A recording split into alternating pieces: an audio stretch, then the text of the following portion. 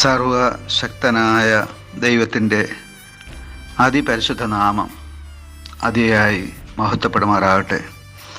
കർത്താവിൽ പ്രിയ ദൈവമക്കളെ, നിങ്ങൾക്കേവർക്കും ജീസസ് വോയിസ് മെസ്സേജ് എന്ന പ്രഭാത ദൈവവചന ധ്യാന ശുശ്രൂഷയുടെ പുതിയൊരു എപ്പിസോഡിലേക്ക് സ്നേഹത്തോടെ സ്വാഗതം. അല്പസമയ ധ്യാനത്തിന് ഒരു വചനം വായിക്കുന്നു. വിശുദ്ധ യോഹന്നാൻ എഴുതിയ സുവിശേഷം അധ്യായം 3, 14, 15 വാക്യങ്ങൾ.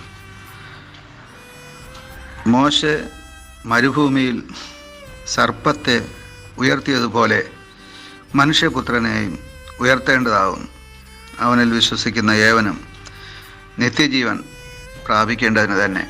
കർത്താവിൽ പ്രിയരെ, നാം വായിച്ചു കേട്ട വിശുദ്ധ യോഹന്നാൻ എഴുതിയ സുവിശേഷം 3-ാം അധ്യായം 14, 15 വാക്യങ്ങളിൽ പുറപ്പാട് പുസ്തകത്തിൽ ഇസ്രായേൽ ജനത്തിൻ്റെ മധ്യേ നടന്ന ഒരു ചരിത്ര സംഭവമാണ് യേശു ആവർത്തിക്കുന്നത്.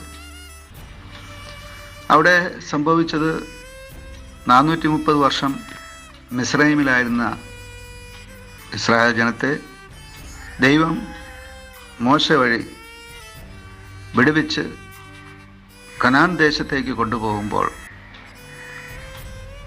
ദൈവം തൻ്റെ ദയയാലും കൃപയാലും കരുണയാലും വിമോചിച്ച് കൊണ്ടുവന്ന ഈ ജനം, അഥവാ ഇസ്രായേൽ ജനം, മരുഭൂമിയിൽ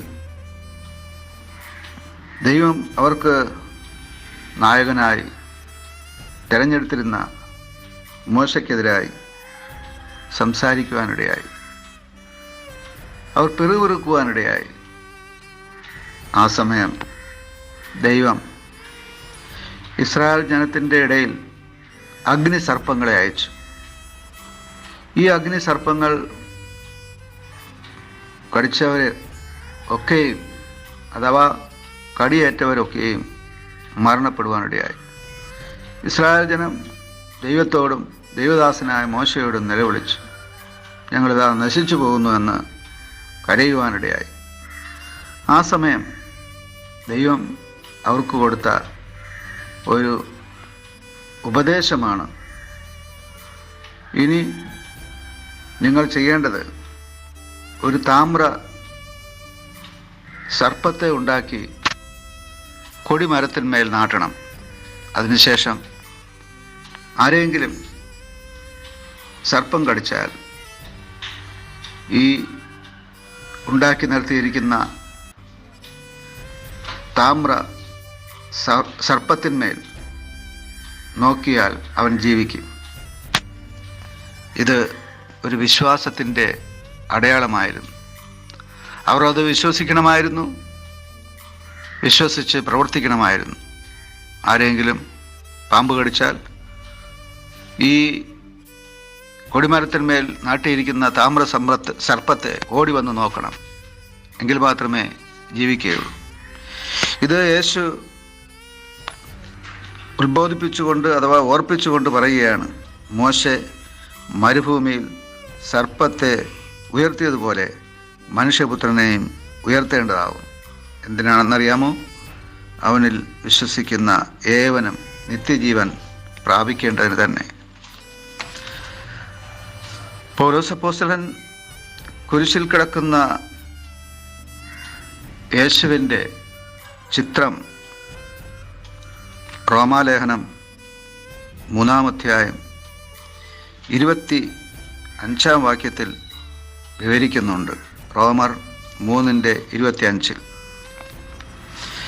വിശ്വസിക്കുന്നവർക്ക് അവൻ തൻ്റെ രക്തം മൂലം പ്രായശ്ചിത്തമാകുവാൻ ദൈവം അവനെ പരസ്യമായി നിർത്തിയിരിക്കുന്നു.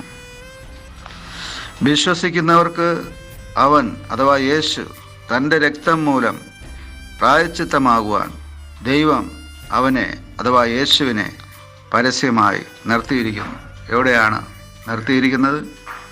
ഇതാ ആ താമ്ര സർപ്പത്തെ കൊടിമരത്തിന്മേൽ നിർത്തിയിരിക്കുന്നത് പോലെ ആകാശത്തിനും ഭൂമിക്കും മധ്യേ ഇതാ യേശുവിനെ ക്രൂശിൽ തറയ്ക്കപ്പെട്ടവനായി നിർത്തിയിരിക്കുകയാണ്. അവനിൽ വിശ്വസിക്കുന്ന ഏവനും നശിച്ചു പോകാതെ നിത്യജീവൻ പ്രാപിക്കേണ്ടതിന് യേശുവിനെ ദൈവം പരസ്യമായി നിർത്തിയിരിക്കുന്നു. വിശ്വസിക്കാം, നിത്യജീവൻ പ്രാപിക്കാം. ആമേൻ, ആമേൻ. ക്രൂശിൽ കണ്ടു ഞാൻ നിൻ സ്നേഹ